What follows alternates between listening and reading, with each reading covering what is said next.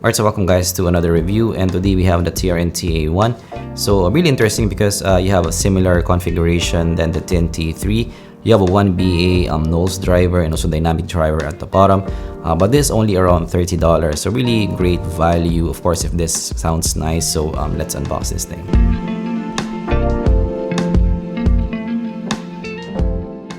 So of course, a big thanks to Hi-Fi Go for sending this over. Links down below for their shop. So as you can see from the photos, actually looks cool. We have that kind of TRN T4 kind of look, actually more than the TRN T3. You have a TA1 here. You have magnesium alloy housing, one Knowles BA and one DD hybrid in-ear monitor. So actually I'm not sure, but maybe this is the cheapest that I've seen with the Knowles driver. So definitely really nice price for something like this, opening it up. But definitely the box really looks cool. I mean, their packaging is getting better and better. So this is what you are gonna get. So actually, yeah, from the get-go, it has that kind of glossy kind of design. But let's take a look at what you get in the box first. So alright, you're getting some tips.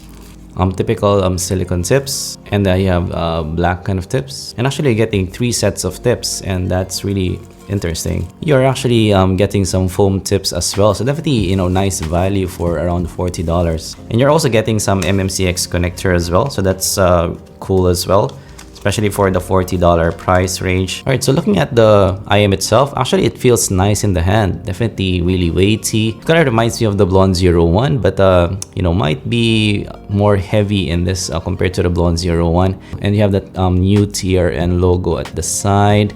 And you're getting that MMCX kind of cable.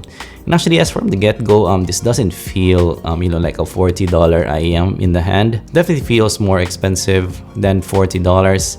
Really feels good in the hand. The magnesium alloy metal build definitely looks good.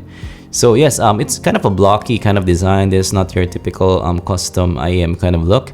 So I'm not 100% sure how this is gonna fit on our ear. But definitely compared to the TRN T3, this is a little bit bigger compared to that.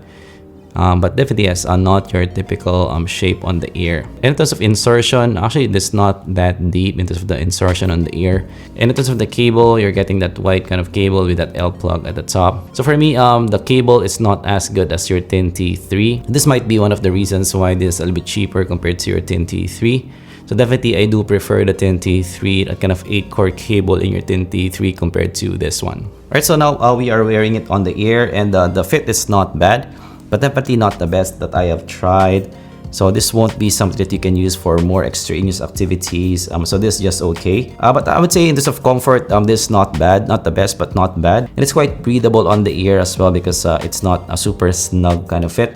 So that's one advantage of IEMs like this. It's a bit heavy, but not that bad when you wear it on your ear, because there's some breathability on the ear. So this won't be an issue for me when you wear it for a long listening session. In terms of isolation, this is not the best. I've tested again, so I can still hear my voice, so I would say not the best. And also in terms of stability on the ear, this is not the best as well, so it's okay. But definitely your IMs with fins will be more stable compared to this one. But I would say overall, in terms of the fit on the ear, there's no deal breakers here. It's okay. Definitely maybe just the cable is my issue. It's not the best looking cable, especially in this price range. But definitely yes, fit on the ear, and the build quality, there's no deal breakers for me. So let's have a listen, and I'm gonna give you guys my impressions and how this sounds like. So we now listened to the TA1 and also did some measurements as well. So the similarities with the TRN T3 is uncanny, and the signature and also on the ear.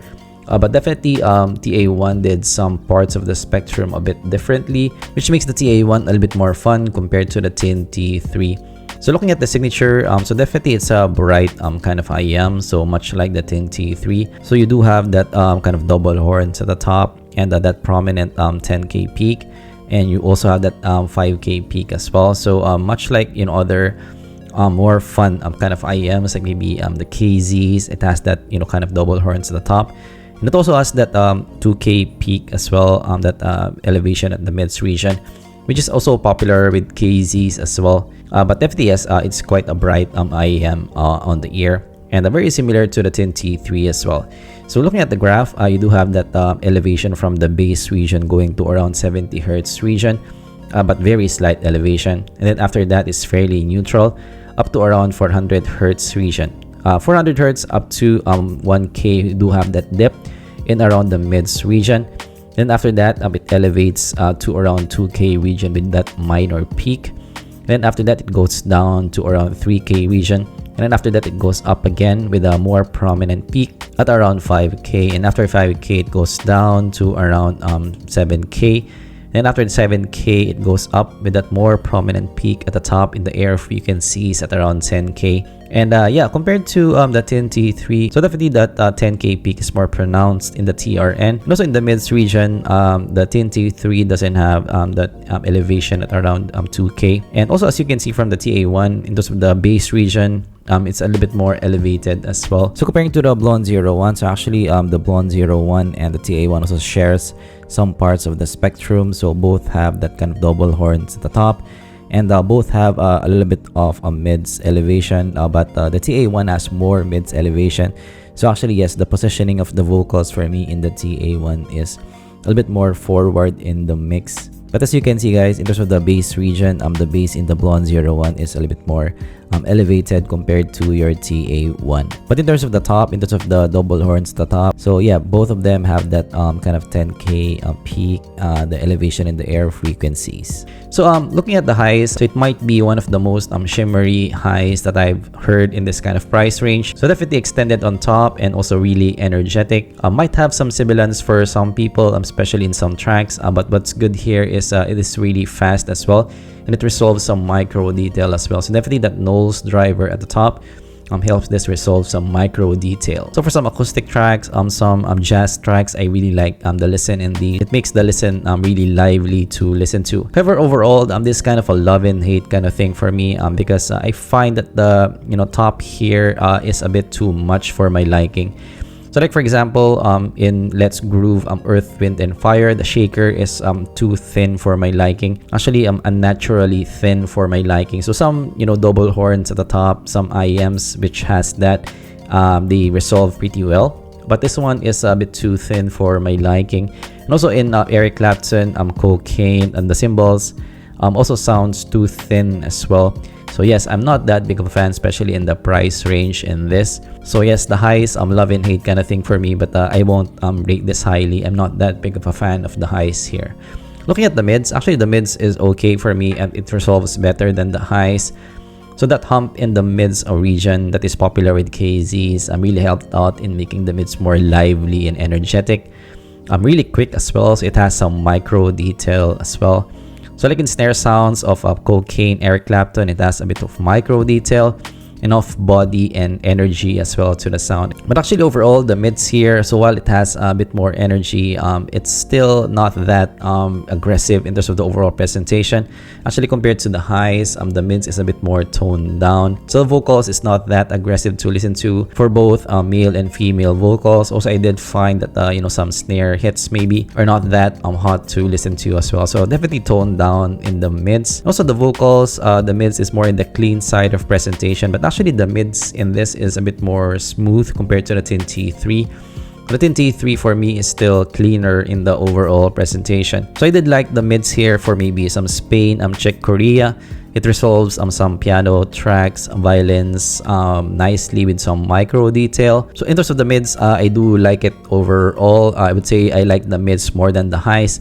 However, yes, that is the issue for me in this. Also, I do like the mids. The mids resolves nicely, but the highs resolves maybe too energetic for me. So there's some inconsistencies with the mids and the highs for me. So in terms of the bass, again, as I mentioned in the signature, the bass is a little bit more prominent compared to your TN-T3. So the bass in this compared to the TN-T3 is more boomy, more prominent in the mix. So for me, a little bit slower compared to the TN-T3. So definitely the T3 has more tight bass, faster bass overall. So this makes the TA1 more fun to listen to, more bassy and more impact as well. So definitely yes, the bass here makes the TA1 kind of a more fun brother to your TN-T3.